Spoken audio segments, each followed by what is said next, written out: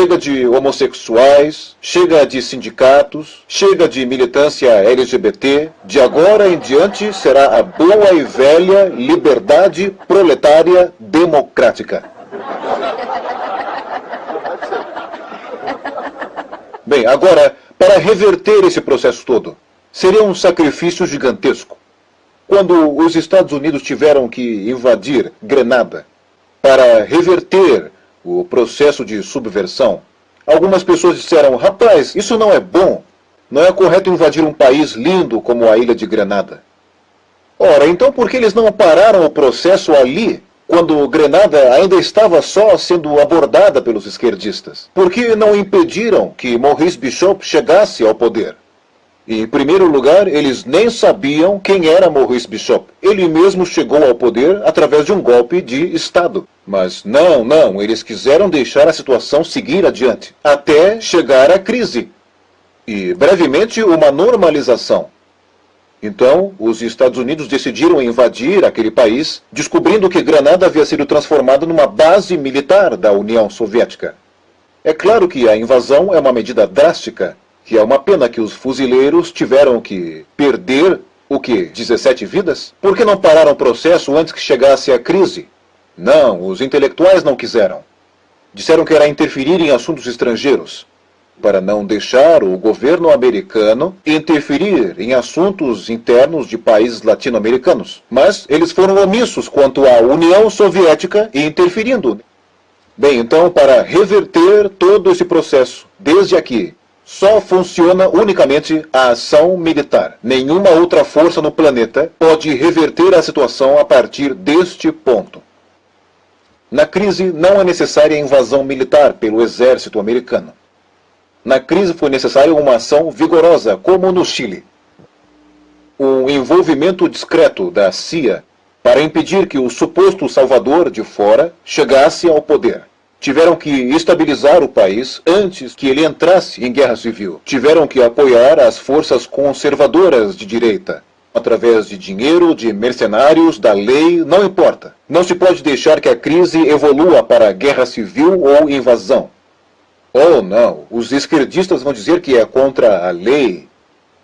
O Congresso jamais liberará verbas para ações secretas da CIA. Ora, e por que não?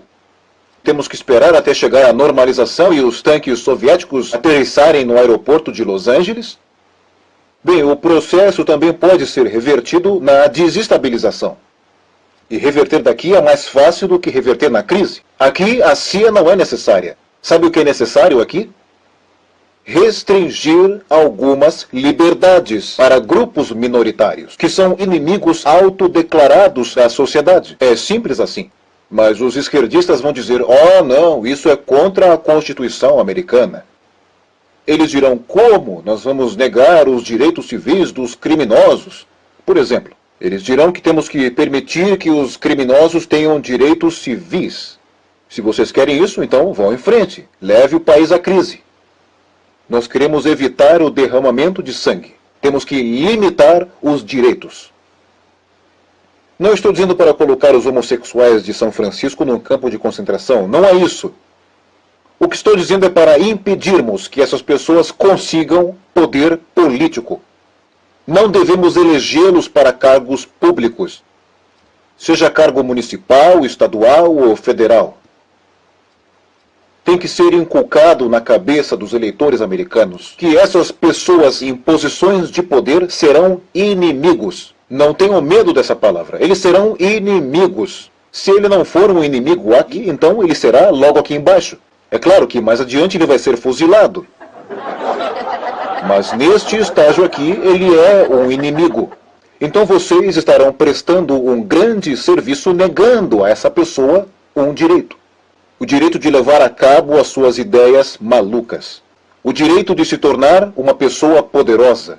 Uma pessoa que abusará da sua posição de poder. Temos que restringir as liberdades e direitos a partir deste ponto. Para impedir que a situação evolua para uma crise, devemos restringir os poderes ilimitados, restringir os monopólios, o poder que os sindicatos têm para salvar a economia do colapso. Devemos introduzir uma lei para impedir empresas privadas de violar a mente da opinião pública, de induzir as pessoas ao consumismo. Nenhuma empresa deve ter o direito de forçar vocês a comprar mais, a menos que vocês queiram comprar mais. Devem haver leis. Vocês querem anunciar um carro? Ok. Mas não faça menção a comprá-lo agora para economizar dinheiro. Tem que ser contra a lei, induzir as pessoas a consumir mais. Domínio próprio. Antes de todo o processo começar, é preciso domínio próprio, o que era um assunto da igreja, da religião. Porque os pregadores, os padres, na igreja, diziam que os bens materiais são bons, mas essa não é a função primária do ser humano. Eles dizem que temos que ter perspectivas superiores. E é claro que a nossa vida não é consumir mais desodorantes. Tem que haver algo superior. Se um instrumento complicado como o corpo humano foi criado, então obviamente deve haver algum propósito superior. Portanto, é muito fácil evitar a desestabilização negando às empresas ambiciosas uma pequena liberdade, ou um pequeno direito. O direito de transformar vocês em processadores de produtos e bens indesejados.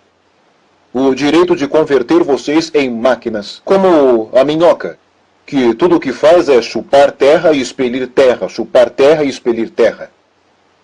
Quanto tempo um eletrodoméstico dura hoje em dia? Menos de um ano. E por quê? Onde está a qualidade? Não, nós queremos que vocês comprem mais. Vejam, o processo de desestabilização pode ser facilmente vencido se, como eu costumo dizer, a sociedade, por vontade própria ou depois de persuadida pelos líderes, se convencer a respeito do domínio próprio. Se disserem que devemos consumir mais, devemos ter noção de nossas obrigações, para não chegar a esta etapa, como nós dizemos na Rússia, se o deserto do Saara se tornar um país comunista um dia, então lá vai ter racionamento de areia. Temos que limitar os nossos próprios anseios e vontades, a partir deste ponto, antes que seja tarde demais e não possamos mais revertê-lo. A etapa anterior, desmoralização, eu insisto, é a coisa mais fácil ainda de reverter. Antes de tudo, restringindo a importação de propaganda. É a coisa mais fácil de se fazer.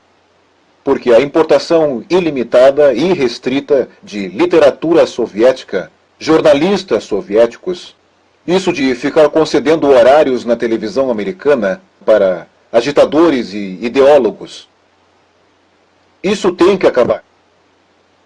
E veja que é muito fácil, eles não vão se ofender. Na verdade, eles vão respeitar mais a América. Mas quando eu vi o meu ex-colega Vladimir Posner aparecer no Nightline, e Ted Koppel lhe pergunta, Miro, o que você pensa sobre isso? Como assim o que ele pensa? Ele é um instrumento de propaganda. Ele pensa o que o camarada Andropov disser para ele pensar. Ele é apenas um belo e articulado alto-falante do sistema soviético de subversão. Será que Ted Koppel fez vocês acreditarem que o meu amigo Vladimir Posner pensa?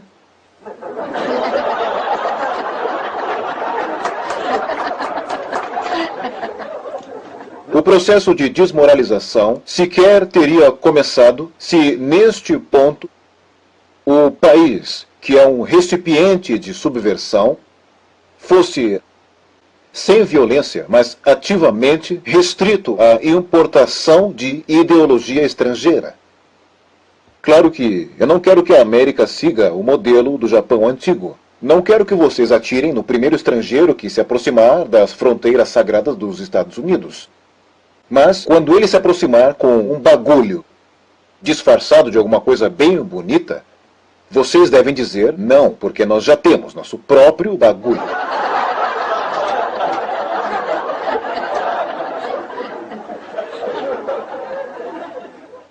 Se, neste ponto, a sociedade for forte, corajosa e consciente o bastante para interromper a importação de ideias estrangeiras, Então, toda essa cadeia de eventos poderá ser evitada.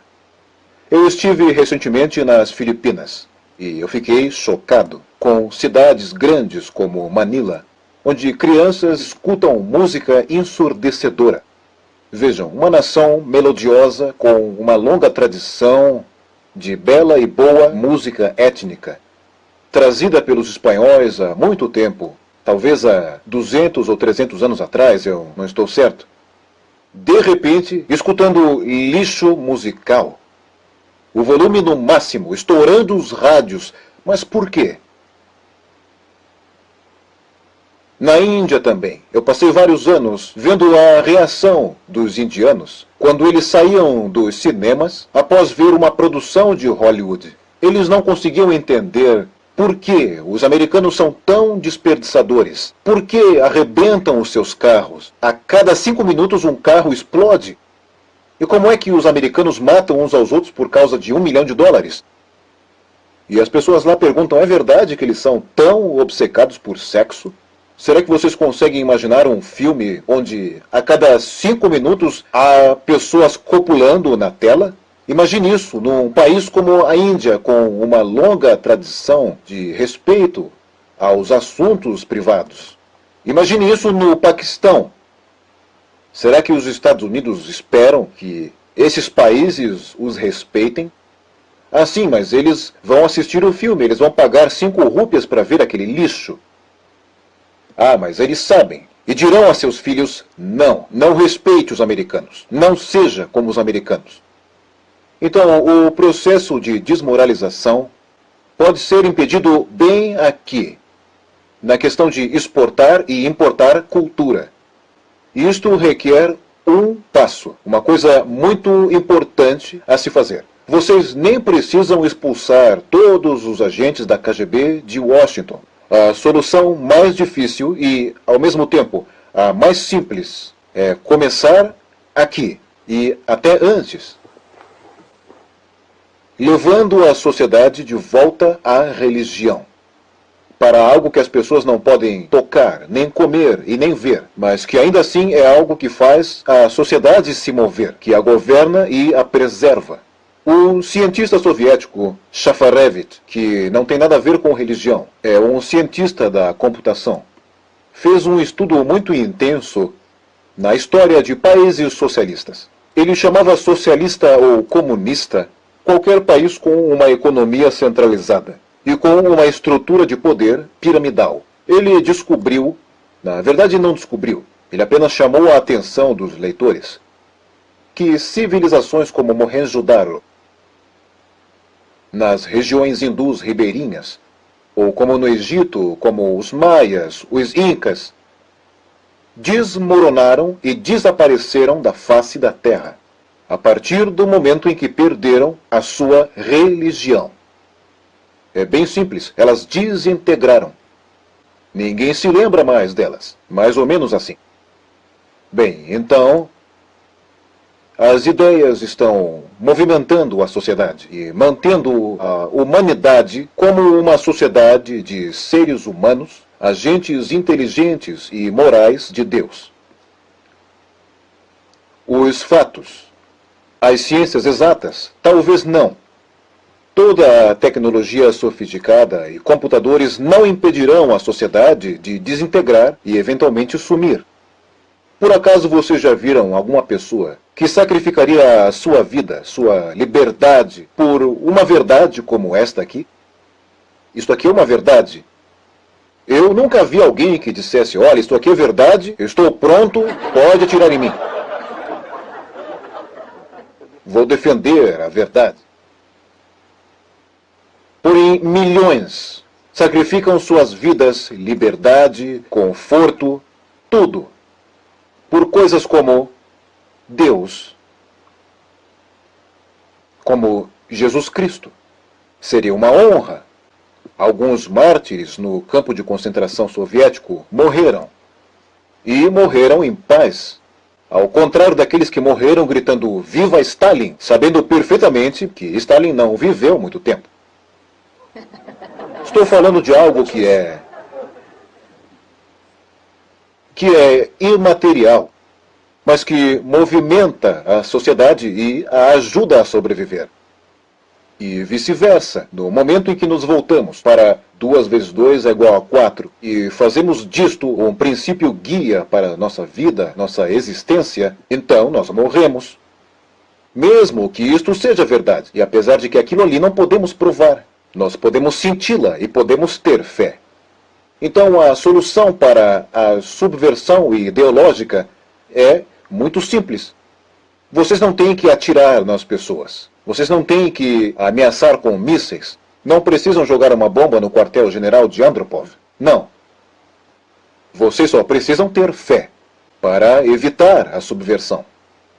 Em outras palavras, para não serem vítimas da subversão.